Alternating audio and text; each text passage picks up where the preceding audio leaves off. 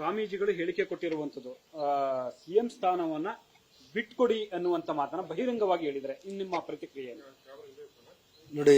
ಕಾಂಗ್ರೆಸ್ ಪಕ್ಷ ನಮ್ಮ ಹೈಕಮಾಂಡ್, ಕಾಂಗ್ರೆಸ್ ಪಕ್ಷ ನಮ್ಗೆ ಹೈಕಮಾಂಡ್ ನಿರ್ಧಾರ ಮಾಡ್ತದೆ ಯಾರು ಮುಖ್ಯಮಂತ್ರಿ ಆಗಬೇಕು, ಯಾರು ಉಪಮುಖ್ಯಮಂತ್ರಿ ಆಗಬೇಕು, ಯಾರು ಮಂತ್ರಿ ಆಗಬೇಕು ಅಂದ್ಬಿಟ್ಟು ಅಂತ. ನಮ್ಮ ರಾಜ್ಯದವರಾದ ACC ಅಧ್ಯಕ್ಷರು ಖರ್ಗೆ ಸಾಹೇಬ್ರಿದ್ದಾರೆ, ನಮ್ಮ ನಾಯಕರಾದ ರಾಹುಲ್ ಗಾಂಧಿ ಇದ್ದಾರೆ, ಸೋನಿಯಾ ಮೇಡಮ್ ಇದ್ದಾರೆ, ನಮ್ಮ ಇನ್ಚಾರ್ಜ್ ಸುರ್ಜಾವಾಲಾ ಅವರಿದ್ದಾರೆ, ವೇಣುಗೋಪಾಲ್ ಅವರಿದ್ದಾರೆ. ಇವರು 5 ಜನ ನಮಗೆ ಪ್ರಮುಖ ನಾಯಕರು. ಈ ನಾಯಕರುಗಳು ತೀರ್ಮಾನ ಮಾಡ್ತಾರೆ ಈ ರಾಜ್ಯಕ್ಕೆ ಯಾರು ಮಂತ್ರಿ ಆಗಬೇಕು, ಯಾರು ಉಪಮುಖ್ಯಮಂತ್ರಿ ಆಗಬೇಕು, ಯಾರು ಮುಖ್ಯಮಂತ್ರಿ ಆಗಬೇಕು ಅಂತ ಹೇಳಿದ್ದು ಹೈಕಮಾಂಡ್ ನಿರ್ಧಾರ. ಸ್ವಾಮೀಜಿಗಳು ಪಾಪ ಅವರ ಅಭಿಪ್ರಾಯ ಹೇಳಿರ್ಬೋದೇನೋ, ಸ್ವಂತ ಅಭಿಪ್ರಾಯ. ಸ್ವಾಮೀಜಿಗಳ ಅವರು ಯಾವ ಅರ್ಥದಲ್ಲಿ ಹೇಳಿದ್ದಾರೆ ಅನ್ನೋದು ನನಗಂತೂ ಅರ್ಥ ಆಗ್ತಾ ಇಲ್ಲ. ಆದರೆ ಭಾರತ ದೇಶ ಅನ್ನೋದು ಪ್ರಜಾಸತ್ತಾತ್ಮಕವಾದ ದೇಶ. ಕಾಂಗ್ರೆಸ್ ಪಕ್ಷ ಅನ್ನೋದು ಬಹಳ ಆಂತರಿಕವಾದ ಪ್ರಜಾಪ್ರಭುತ್ವ ಇರುವಂತ ಪಕ್ಷ. ನಮ್ಮ ಪಕ್ಷದಲ್ಲಿ ನಮಗೆ ನಮ್ಮ ಶಾಸಕರುಗಳೇ ನಮಗೆ ಮ್ಯಾಂಡೇಟರಿ ಕೊಡುವಂಥದ್ದು, ನಮಗೆ ಮುಖ್ಯಮಂತ್ರಿ ಮಾಡುವಂಥದ್ದು, ಮಂತ್ರಿ ಮಾಡುವಂಥದ್ದು, ಹೈಕಮಾಂಡ್ ಮಾಡುವಂಥದ್ದು. 136 ಜನಗಳ ಅಭೂತಪೂರ್ವವಾದ ಒಂದು ಯಶಸ್ಸನ್ನ ಕರ್ನಾಟಕದ ರಾಜ್ಯದ ಜನತೆ ನಮಗೆ ಕೊಟ್ಟಿದ್ದಾರೆ. ಅವರಿಗೆ ನಾವು ನಮ್ಮ ನಿಯತ್ತನ್ನು ಪ್ರದರ್ಶಿಸಬೇಕಲ್ಲ, ಅವ್ರಿಗೆ ನಾವು ಕೆಲಸ ಮಾಡಬೇಕಲ್ಲ. ಈ ರಾಜ್ಯದ ಪ್ರಗತಿಗೆ ನಾವೆಲ್ಲರೂ ಸೇರಿ ಕೆಲಸ ಮಾಡಬೇಕು. ನಂದು ಒಂದೇ ಒಂದು ನನ್ನ ಮನಸ್ಸಿಗೆ ಬಂದಿದ್ದು, ಕಳೆದ ಸರ್ತಿ ನಮ್ಮ ಸ್ವಾಮೀಜಿಗಳನ್ನೇ ಮಾತಾಡಿದಾರಲ್ಲ, ಆ ಸ್ವಾಮೀಜಿಗಳು ಕರೆದು ನನ್ನ ಕಾನ್ಸ್ಟಿಟ್ಯೂನ್ಸಿಯಲ್ಲಿ ಬೆಳ್ಳಿ ಕಿರೀಟ ಎಲ್ಲ ಕೊಟ್ಟು ನಾನು ದೊಡ್ಡ ಫಂಕ್ಷನ್ ಮಾಡಿದ್ದೆ. ಸ್ವಾಮೀಜಿಗಳು ಯಾಕೆ ಯಾವ ಅರ್ಥದಲ್ಲಿ ಹೇಳಿದ್ದಾರೆ ಅಂತ ಗೊತ್ತಿಲ್ಲ. ನನ್ನ ಅಭಿಪ್ರಾಯದಲ್ಲಿ ಈ ರಾಜ್ಯದ ಮುಖ್ಯಮಂತ್ರಿಗಳಾದ ಸಿದ್ದರಾಮಯ್ಯನವರು, ಈ ರಾಜ್ಯದ ಉಪಮುಖ್ಯಮಂತ್ರಿಗಳಾದ DK ಶಿವಕುಮಾರ್ ಅವರು ಇಬ್ರು ಆಪ್ತರು. ಅವರಿಬ್ರು ಆಪ್ತರು. ಬಹಳ ಒಳ್ಳೆ ಟರ್ಮ್ಸ್ ಇದೆ ಅವ್ರ ಮಧ್ಯದಲ್ಲಿ. ಅವರಿಗೆ ಒಂದು ಮಾಡುವಂತ ಕೆಲಸ ಮಾಡ್ಬೇಕ ಹೊರತು ಅವರಿಬ್ಬರ ಮಧ್ಯದಲ್ಲಿ ಭಿನ್ನಾಭಿಪ್ರಾಯ ತಂದಿಡುವಂತ ಕೆಲಸ ನನ್ನ ಸಮೇತ ಯಾರು ಮಾಡಬಾರದು ಅನ್ನೋದು ನನ್ನ ಮನವಿ. ಸ್ವಾಮೀಜಿ ಹೇಳಿಕೆಯಿಂದ ಆ ರೀತಿ ಸನ್ನಿವೇಶ ಸೃಷ್ಟಿಯಾಗ್ತಿದೆ. ಇದು ನನ್ನ ಅಭಿಪ್ರಾಯ. ಅದನ್ನ ನೀವು ಯಾವ ಬೇಕಾದ್ರೂ ನೀವು ಅರ್ಥೈಸ್ಕೋಬಹುದು. ನನ್ನ ಪ್ರಕಾರ ಸಿದ್ದರಾಮಯ್ಯ ಸಾಹೇಬ್ರು, DK ಶಿವಕುಮಾರ್ ಸಾಹೇಬ್ರು ಇಬ್ರು ಪ್ರಬುದ್ಧರಿದ್ದಾರೆ. ಅವರಿಬ್ರು ಒಳ್ಳೆ ಟರ್ಮ್ಸ್ ಅಲ್ಲಿ ಇದ್ದಾರೆ. ಅವರೇನು ಬೇರೆ ಬೇರೆ ಅಲ್ಲ. ನಮ್ಮ ಪಕ್ಷದ ಮುಖ್ಯಮಂತ್ರಿಗಳು, ನಮ್ಮ ಪಕ್ಷದ ಉಪಮುಖ್ಯಮಂತ್ರಿಗಳು ಅವರಿಬ್ರು ಮಾತಾಡ್ಕೋತಾರ. ಹೈಕಮಾಂಡ್ ತೀರ್ಮಾನ ಮಾಡ್ತದೆ ಯಾರು ಮುಖ್ಯಮಂತ್ರಿ ಉಪಮುಖ್ಯಮಂತ್ರಿ ಆಗಬೇಕು ಅಂತ ಹೇಳಿ. ಅವ್ರಿಗೆ ನಾವು ಬೆಸಿಗೆ ಮಾಡ್ಬೇಕೆ ಹೊರತು ಅವರಿಬ್ರು ಮಧ್ಯದಲ್ಲಿ ತಂದಿಡುವಂತ ಕೆಲಸ. ಅವರಿಬ್ರು ಮಧ್ಯೆ ತಂದಿಡ್ತವ್ರು ಯಾರು ಸರ್? ನಿಮ್ದೇ ಕೆಲವು ಸಚಿವರು DCM ಹುದ್ದೆ ಕೊಡಬೇಕು, ಸಮುದಾಯವಾರ ಹುದ್ದೆ ಕೊಡಬೇಕು ಅನ್ನೋಂತ ಚರ್ಚೆ ಹಾಗೂ ಲೋಕಸಭೆ ಚುನಾವಣೆ ಮುಗಿದು ಮಾಡಬೇಕು ಅನ್ನೋಂಥದ್ದೆಲ್ಲ ಧ್ವನಿ ಎತ್ತಾ ಇದ್ದಾರೆ. ನೋಡಿ, ನಾನು ಈಗಾಗಲೇ ಮತ್ತೆ ರಿಪೀಟ್ ಮಾಡಿ ಹೇಳ್ತಾ ಇದ್ದೀನಿ, ನಮ್ದು ಹೈಕಮಾಂಡ್ ಇರುವಂತಹ ಪಕ್ಷ, ಪ್ರಾದೇಶಿಕ ಪಕ್ಷ ಆದ್ರೆ ಇಲ್ಲೇ ನಿರ್ಧಾರ ತಗೊಂಡು ಮಾಡಬಹುದು. ನಮ್ಗೆ ಹೈಕಮಾಂಡ್ ಖರ್ಗೆ ಸಾಹೇಬ್ರು ಇದ್ದಾರೆ, ರಾಹುಲ್ ಗಾಂಧಿ ಸರ್ ಇದ್ದಾರೆ. ಇವರೆಲ್ಲರೂ ಕೂತು ತೀರ್ಮಾನ ಮಾಡ್ತಾರೆ ಉಪಮುಖ್ಯಮಂತ್ರಿ ಯಾರು ಮಾಡಬೇಕು, ಮುಖ್ಯಮಂತ್ರಿ ಯಾವ್ದು ಮಾಡಬೇಕು ಅಂತ ಹೇಳಿ. ತಕ್ಷಣಕ್ಕೆ ಮುಖ್ಯಮಂತ್ರಿ ಸ್ಥಾನ ಫುಲ್ ಆಗಿದೆ, ಉಪಮುಖ್ಯಮಂತ್ರಿ ಸ್ಥಾನನೂ ಸಹ ಫುಲ್ ಆಗಿದೆ. ಇದರಿಂದ ನಾನೇನು ಬೇರೆ ಮಾತಾಡ್ಲಿಕ್ಕೆ ಹೋಗಲ್ಲ. ಆದ್ರೆ ಇವರಿಬ್ಬರ ಮಧ್ಯದಲ್ಲಿ ಕಂದಕ ತಂದಿಡುವಂತ ಕೆಲಸ ಯಾರು ಮಾಡಬಾರದು. ಅದು ಹೈಕಮಾಂಡ್ ನಿರ್ಧಾರ ಮಾಡ್ತದೆ ಯಾವ ಸಮಯದಲ್ಲಿ ಯಾರು ಮುಖ್ಯಮಂತ್ರಿ ಮಾಡಬೇಕು ಅಂದ್ಬಿಟ್ಟು ಹೈಕಮಾಂಡ್ ನಿರ್ಧಾರ. ನಿಮ್ಮದೇ ಪಕ್ಷದಲ್ಲಿ ಮಾಡ್ತಿದಾರ ಅಥವಾ ಬೇರೆ ಕಡೆ ವಿರೋಧಿಗಳು ಮಾಡ್ತಿದಾರ? ಬೇರೆ ಈಗ ನೋಡಿ, ಈಗ ನಿನ್ನೆ R ಅಶೋಕ್ ಅವರು ಹೇಳಿದ್ದಾರೆ ಕೂಡಲೇ ಸಿದ್ದರಾಮಯ್ಯನವರು ರಾಜೀನಾಮೆ ಕೊಡಬೇಕು ಅಂತ. ಅಶೋಕ್ ಅವ್ರು ಯಾರು ಹೇಳಕ್ಕೆ? ಸ್ವಾಮೀಜಿಗಳು ಸಿದ್ದರಾಮಯ್ಯ ಸಾಹೇಬ್ರಿಗೆ ರಿಕ್ವೆಸ್ಟ್ ಮಾಡಿದ್ದಾರೆ, ನಮ್ಮ ಜನಾಂಗಕ್ಕೆ ಒಂದು ಅವಕಾಶ ಮಾಡಿಕೊಡಿ ಅಂತ. ಸಿದ್ದರಾಮಯ್ಯ ಸಾಹೇಬ್ರು ಹೇಳಿದರೆ ಹೈಕಮಾಂಡ್ ನಿರ್ಧಾರ ಮಾಡ್ತದೆ ಅಂತ. R ಅಶೋಕ್ ಯಾರು ಹೇಳಕ್ಕೆ? R ಅಶೋಕ್ ಅವ್ರನ್ನ ಕೇಳಿ ನಮ್ಮ ಮುಖ್ಯಮಂತ್ರಿ ಮಾಡ್ಬೇಕಾ? R ಅಶೋಕ್ ಅವ್ರ ಪಕ್ಷ ಏನಾಯ್ತು ಅಂತ ಗೊತ್ತಲ್ಲ. 65 ಸ್ಥಾನ ನಿಂತ್ಕೊಂಡು ಹೋಗಿ ಇವತ್ತು 120 ಜನ ಇದ್ದವ್ರನ್ನ ತೆಗೆದು ಹಾಕಿದ್ರು. R ಅಶೋಕ್ ಅವರಾಗ್ಲಿ ಇನ್ನೊಬ್ರಾಗ್ಲಿ ನಮ್ಮ ಪಕ್ಷಕ್ಕೆ ಯಾರು ಮುಖ್ಯಮಂತ್ರಿ ಆಗ್ಬೇಕು ಅಂತ ಹೇಳುವಂತ ನೈತಿಕತೆ ಅವ್ರಿಗೆ ಇಲ್ಲ. ಅವರು ಈ ಉಳಿ ಹಿಂಡೋ ಕೆಲಸ ಮಾಡುವಂತದ್ದು. ಆದ್ರೆ ಈ ಉಳಿ ಹಿಂಡೋ ಕೆಲಸ ಏನು ವರ್ಕೌಟ್ ಆಗಲ್ಲ. ಏನ್ ರಾಜಣ್ಣವರು 5 ವರ್ಷ ಸಿದ್ದರಾಮಯ್ಯವರೇ CM ಆಗಿರ್ತಾರೆ, ಈಗ ಖಾಲಿನೇ ಇಲ್ಲ ಅಂತ ಹೇಳ್ತಿದ್ದಾರೆ. ನೋಡಿ, ಹೈಕಮಾಂಡ್ ಮಟ್ಟದಲ್ಲಿ ಏನ್ ತೀರ್ಮಾನ ಮಾಡ್ತಾರೆ ಅನ್ನೋದು ನಮ್ಗೆಲ್ಲ ಗೊತ್ತಾಗಲ್ಲ. ಏನ್ ಮಾತಾಡಿದ್ದಾರೆ ಅಂತಾನೂ ನನ್ಗೆ ಗೊತ್ತಿಲ್ಲ.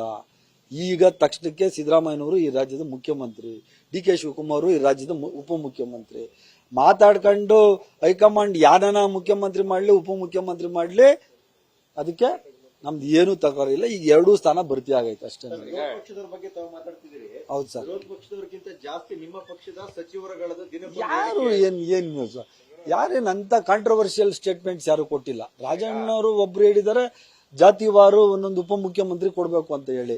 ಅದು ಹೈಕಮಾಂಡ್ ನಿರ್ಧಾರ ಮಾಡ್ತದೆ ಯಾವ ಜಾತಿಗೆ ಕೊಡ್ಬೇಕಾ, ಯಾವ ಜಾತಿಗೆ ಕೊಡಬಾರ್ದ, ಯಾರನ್ನ. ಮತ್ತೆ ಹೇಳಿದ್ನಲ್ಲ ನಾನು, ಮಂತ್ರಿಮಂಡಲ ವಿಸ್ತರಣೆ ಮಾಡುವಂಥದ್ದು ಮುಖ್ಯಮಂತ್ರಿಗಳು ಖಾತೆ ಹಂಚಿಕೆ ಮಾಡೋದು ಮುಖ್ಯಮಂತ್ರಿಗಳ ವಿವೇಚನೆ ಬರುವಂತದ್ದು, ಮಂತ್ರಿಗಳನ್ನ ಮತ್ತು ಮುಖ್ಯಮಂತ್ರಿಗಳು ಮಾಡಬೇಕು ಅನ್ನೋದು ಹೈಕಮಾಂಡ್ ನಿರ್ಧಾರ ಮಾಡ್ತಿದೆ. ಡಿ ಕೆ ಶಿವಕುಮಾರ್ ಅವರನ್ನ ಸಿಎಂ ಮಾಡಿ 1 ಡಜನ್ ಡಿಸಿಎಂ ಬೇಕಾದ್ರೂ ಮಾಡ್ಲಿ ಅನ್ನೋಂತ ಹೇಳಿಕೆಯನ್ನ ಬಸವರಾಜ ಶಿವಗಂಗಾ ಕೊಡ್ತಾರೆ. ಬಸವರಾಜ್ ಶಿವಗಂಗಾನೇ ಕೇಳ್ಬೇಕು ನೀವು. ಅದನ್ನು ಯಾಕೆ ಈ ತರ ಕಾಂಟ್ರವರ್ಷಿಯಲ್ ಸ್ಟೇಟ್ಮೆಂಟ್ ಮಾಡ್ತಾರೆ ನನಗೆ ಗೊತ್ತಿಲ್ಲ. ನಾನು ಹೇಳೋದು ಇಷ್ಟೇನೇನೆ. ಈಗ ನೆನ್ನೆ DCM ಹೇಳಿದ್ದಾರೆ, ಸ್ವಾಮೀಜಿಗಳು ಏನೋ ಮಾತಿನ ಬರ್ದಲ್ಲಿ ಏನೋ ಮಾತಾಡಿದ್ದಾರೆ, ಅವ್ರ ಮಾತಿಗೆ ಅಷ್ಟೊಂದು ಮಹತ್ವ ಕೊಡಬೇಕಾದ ಅವಶ್ಯಕತೆ ಇಲ್ಲ ಅಂತ ಸ್ವತಃ ಉಪಮುಖ್ಯಮಂತ್ರಿಗಳೇ ಹೇಳಿದ್ದಾರೆ. ಆದ್ರಿಂದ ನಾನು ಹೇಳೋದು ಇಷ್ಟೇನೆ, ಹೈಕಮಾಂಡ್ ನಿರ್ಧಾರ ಕಾಂಗ್ರೆಸ್ ಪಕ್ಷದಲ್ಲಿ, ಅಥವಾ ಬೈರ್ತಿ ಸುರೇಶ್ ಹೇಳ್ತಾನೆ ಅಥವಾ ಸ್ವಾಮೀಜಿಗಳು ಹೇಳ್ತಾರೆ ಅಂತ ಹೇಳಿ ಮುಖ್ಯಮಂತ್ರಿ ಸ್ಥಾನಗಳು ಇವೆಲ್ಲ ಕೊಡ್ಲಿಕ್ಕೆ ಬರೋದಿಲ್ಲ. ಕುಲಕರ್ಣಿ ನೇತೃತ್ವದ ಒಂದು ಟೀಮ್ ತಮ್ಮ ವಿರುದ್ಧ ಹೈಕಮಾಂಡ್ ಒಂದು ದೂರನ್ನು ಕೊಟ್ಟಿದ್ದಾರೆ. ಎಲ್ಲಿ ದೂರಿನ ಕಾಪಿ ಇದೆಯಾ? ಹಸ್ತಕ್ಷೇಪ ಮಾಡ್ತಾರೆ. ದೂರಿನ ಕಾಪಿ ಇದೆಯಾ? ದೂರಿನ ಕಾಪಿ ಇದೆ, ಕೊಡಿ, ಅದಕ್ಕೆ ಆನ್ಸರ್ ಹೇಳ್ತೀನಿ. ಯಾಕೆ ನಿಮ್ಮ ವಿರುದ್ಧನೇ ಅವರು ಮಾತಾಡ್ತಿದಾರಲ್ಲ ಅಂತ ಅಂದ್ರೆ ಹೈಕಮಾಂಡ್ ನನ್ನ ವಿರುದ್ಧ ಎಲ್ಲಿ ಮಾತಾಡಿದ್ರು? ಎಲ್ಲಿದ್ದಾರೆ ವಿನಯ್ ಕುಲಕರ್ಣಿ? ಯಾವ್ದೋ ಕ್ಲಿಪ್ಪಿಂಗ್ಸ್ ಇದೆಯಾ? ನನಗೂ ಅಲ್ಲ ನಾನು ಹೌದೌದು, ನಿಗಮ ಮಂಡಳಿ, ವಿನಯ್ ಕುಲಕರ್ಣಿ ಅವರು ನನ್ನ ಸ್ನೇಹಿತರು. ನನ್ನ ಇಲಾಖೆಯಲ್ಲಿರುವಂತಹ ಕರ್ನಾಟಕ ರಾಜ್ಯ ಒಳಚರಂಡಿ ಮತ್ತು ಕುಡಿಯೋ ನೀರು ಇದರಲ್ಲಿ ಅವರು ಅಧ್ಯಕ್ಷರಾಗಿದ್ದಾರೆ. ಅವರು ನನಗೆ ಗೊತ್ತಿದ್ದಂಗೆ ಯಾವ ಪೇಪರಲ್ಲೂ ಅವರು ಏನು ಪೇಪರಲ್ಲಿ ಬರೆದಿರ್ತಾರೆ ಅನ್ನಿಸ್ತೈತೆ.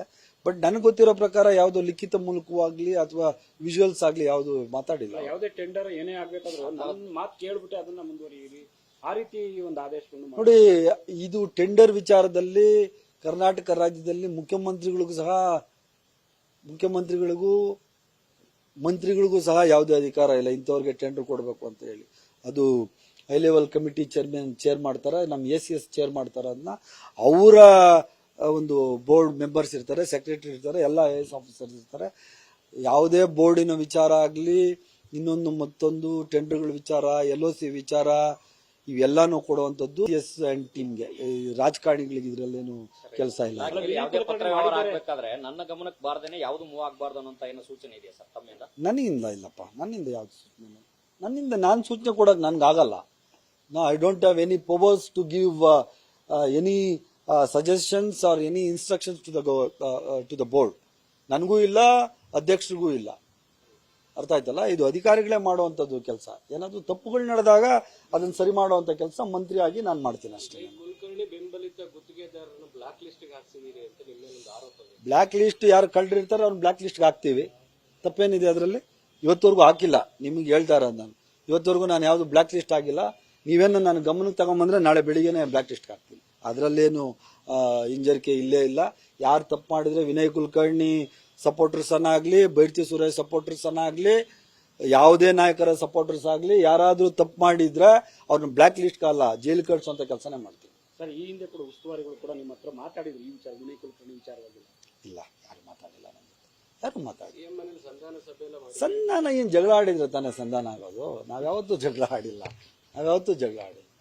ಓಕೆ, ಈಗ ಮೇಲ್ನೋಟಕ್ಕೆ ಎಲ್ಲವೂ ಕೂಡ ಒಂದಾಗಿದ್ದಾರೆ. ಇಬ್ರು DCM ಎಲ್ಲ ಒಂದಾಗಿದ್ದಾರೆ ಅಂತ ಆದ್ರೂ ಕೂಡ ಸರ್, DCM ಅವರ ಬೆಂಬಲಿಗರು ಬಂದು ಬಹಿರಂಗವಾಗಿ ಮಾತಾಡ್ತಾರೆ, CM ಬೆಂಬಲಿಗರು ಬಂದು ಬಹಿರಂಗವಾಗಿ ಮಾತಾಡ್ತಾರೆ. ನೋಡಿ, ನಾನು ಹೇಳಿದೆ, ಸಂಘರ್ಷ ಶುರುವಾಗಿದೆ. ಯಾವುದು ಆಂತರಿಕ ಸಂಘರ್ಷ ಇಲ್ಲ, ಯಾವುದು ಬಾಹ್ಯ ಸಂಘರ್ಷ ಇಲ್ಲ. ನಾನು ಹೇಳಿದ್ದೀನಿ ಮುಂಚೆನೆ, ಕಾಂಗ್ರೆಸ್ ಪಕ್ಷ ಅನ್ನೋದು ಅತ್ಯಂತ ಡೆಮಾಕ್ರೆಟಿಕಲ್ ವೇ ಅಲ್ಲಿ ನಡೆಯುವಂಥದ್ದು ಇರುವಂತಹ ಪಕ್ಷ. ಈ ಪಕ್ಷದಲ್ಲಿ ತನ್ನ ಸ್ವಂತ ಅಭಿಪ್ರಾಯಗಳನ್ನ ತಿಳಿಸುವಂಥದ್ದು ಶಾಸಕರುಗಳಿಗೆ ಇರ್ತಾರೆ. ಅದ್ರಲ್ಲಿ ಸ್ವಲ್ಪ ಹೆಚ್ಚು ಕಮ್ಮಿ ಆಗ್ತದೆ. ನೀವೇ ಸ್ವಲ್ಪ ಅದನ್ನ ಅಡ್ಜಸ್ಟ್ ಮಾಡ್ಕೋಬೇಕಷ್ಟೇ. ನೀವು ಸ್ವಲ್ಪ ಎಕ್ಸಾಜಿರೇಟ್ ಮಾಡಿ ನೀವು ತೋರಿಸ್ಬಿಡ್ತೀರಿ. ಒಂದ್ಸರಿ ಯಾರೋ ಹೇಳಿದ್ರೆ ಅದನ್ನ 10 ಸರಿ ನೀವು ಸ್ವಲ್ಪ ಕೂಲ್ ಡೌನ್ ಮಾಡ್ಬೇಕು. ಇದನ್ನ ತಗೊಂಡು ಈಗ ಸ್ವಾಮೀಜಿ ಏನೋ ಅವ್ರು ಗೊತ್ತಿಲ್ದಂಗೆ ಏನೋ ಮಾತಾಡ್ಬಿಟ್ರು, ಅದನ್ನೇ ದೊಡ್ಡ ಕಾಂಟ್ರವರ್ಸಿ ಮಾಡಿದ್ರೆ ನಾವ್ ಏನ್ ಮಾಡೋದು ನಾವು? ಸರ್, ಸಿದ್ದರಾಮಯ್ಯ 5 ವರ್ಷ ಮುಂದುವರಿತಾರ ಹೇಗೆ? ನೋಡಿ, ತಕ್ಷಣಕ್ಕೆ ಈ ರಾಜ್ಯದಲ್ಲಿ ಸಿದ್ದರಾಮಯ್ಯನವರು ಈ ನಾಡಿನ ಮುಖ್ಯಮಂತ್ರಿಯಾಗಿ ಸಿದ್ದರಾಮಯ್ಯನವರು ಇರ್ತಾರೆ. ಎಷ್ಟು ವರ್ಷ ಇರ್ತಾರೆ, ಏನಿರ್ತಾರೆ ನನಗೆ ಗೊತ್ತಿಲ್ಲ. ಅದು ಹೈಕಮಾಂಡ್ ನಿರ್ಧಾರ ಮಾಡ್ತಾರೆ. ಈ ರಾಜ್ಯದ ಮುಖ್ಯಮಂತ್ರಿಯಾಗಿ ಸಿದ್ದರಾಮಯ್ಯನವರು ಇರ್ತಾರೆ ಅಷ್ಟೇ. ಎಲ್ಲ ಕೂಲ್ ಆಗಿತ್ತು. ನೀವೇ ಚುನಾವಣೆ ಮುಗಿದ ಮೇಲೆ ಮತ್ತೆ ಶುರುವಾಗಿದೆ ಸರ್. ಚುನಾವಣೆ ಸಂದರ್ಭದಲ್ಲಿ ಈ ಸಂಘರ್ಷ ಇಲ್ಲ ಯಾವಾಗ ಶುರು ಆಗಿತ್ತು? ಈಗ್ಲೂ D K Shivakumar sir Siddaramaiah ಸಾಹೇಬರು ಬೆಳಿಗ್ಗೆ ಒಟ್ಟಿಗೆ ತಿಂಡಿ ತಿಂತವ್ರು. ಡೆಲ್ಲಿಲಿ ಕುತ್ಕೊಂಡು ನಾನು ಇಬ್ರಿಗೂ ಮಾತಾಡಿದೆ, ಇಬ್ರು ಜೊತೆಲಿ ಕುತ್ಕೊಂಡು ತಿಂಡಿ ತಿಂತವ್ರೆ.